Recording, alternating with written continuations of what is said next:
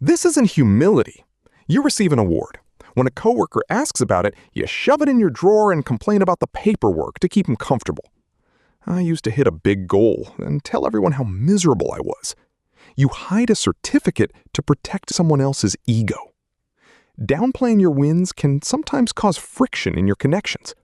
You'll get a clear move for next time.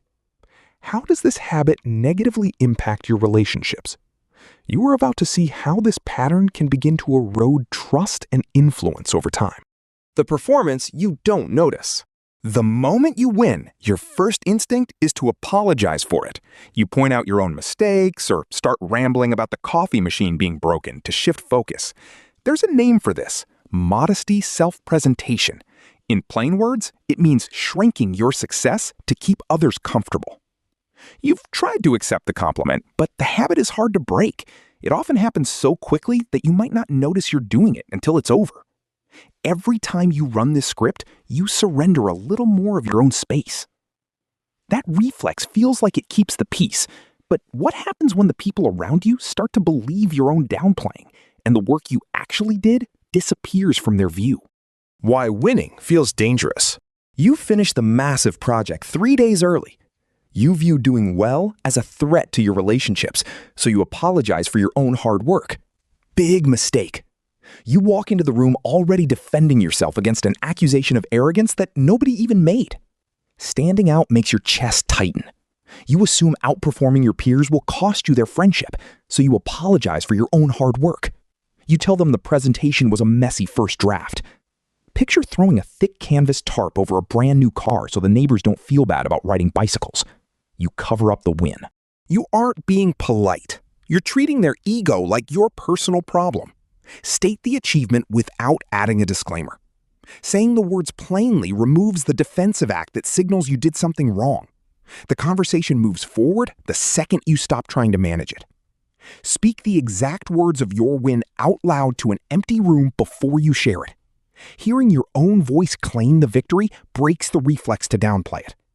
But the hardest part isn't claiming the win in private. It's what you do when someone asks for the details. The complaint that backfires.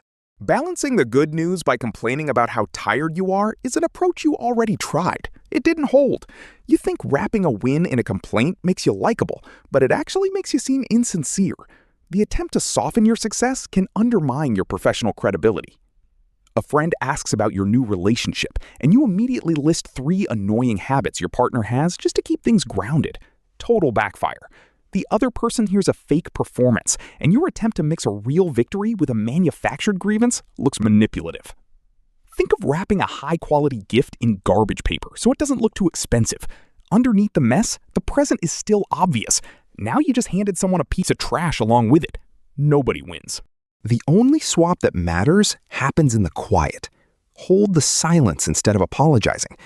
Waiting 10 seconds forces you to sit with the success rather than covering it up with a fake negative. The other person gets to just be happy for you. Every time you wrap a win in a complaint, you pay a tax on your own credibility. Your personal life is just the practice ground. The damage scales. This same reflex reappears in the way you handle your finances, where you downplay your savings to keep others from asking for a loan. When they believe your act, one option accepts the praise. Another hands over a list of your mistakes. Same meeting. One path gets you the next assignment, while the other leaves you invisible. You diminish your skills so often that people start to believe you're less capable. A director points out how good your design looks. Your mouth opens, you immediately claim anyone could have picked those colors, handing away the credit before they can even finish. Over time, that constant self-deprecation causes the room to underestimate your value. They don't see politeness. They take your dismissal as a literal fact. Picture turning the volume down on a speaker every time someone walks into the room. Eventually, they stop asking you to turn it up. They assume the equipment is broken. That's what happens when you constantly mute your own talent. Colleagues will eventually take your apologies literally. They stop handing you the big projects. You sit at your desk watching a less capable colleague walk away with the heavy work. That exclusion is the concrete result of playing small. Managing their discomfort looks like your main goal. That's an illusion. You expect your modesty to control what they think of you. Instead, their lowered expectations end up controlling your career. The burden you cannot carry. Steering a moving car from the passenger seat is a losing battle. The wheel turns, but the gas and brakes set out of reach. Control over someone else's emotional reaction does not exist. Shrinking yourself will never force an insecure person to feel big. That dynamic plays out every time you bring something nice home. A beautiful new jacket arrives and the shopping bag vanishes into the closet. Passive-aggressive comments about money start to surface, so the jaw locks in anticipation. Pride gets swallowed and the coat disappears. Hiding your joy will never fix another person's jealousy. Reassigning the emotional weight stops you from shrinking to solve a problem you didn't cause. Let the other person manage their own reaction. That isn't your job. When you stop taking the blame for their disappointment, the entire interaction shifts. You stop twisting yourself into knots just to keep the ride smooth. Leaving the baggage with its rightful owner ends the cycle. The moment you stop managing a relative's mood, the heavy lifting is over. You get to keep what you earned. How to take up space. Now you know the traps. Downplaying victories damages your authority and shrinks who you are. You hide the award and wait for someone to permit you to succeed without an apology. State the achievement without adding a disclaimer. Hold the silence instead of apologizing. Let the other person manage their own reaction. Take back your space.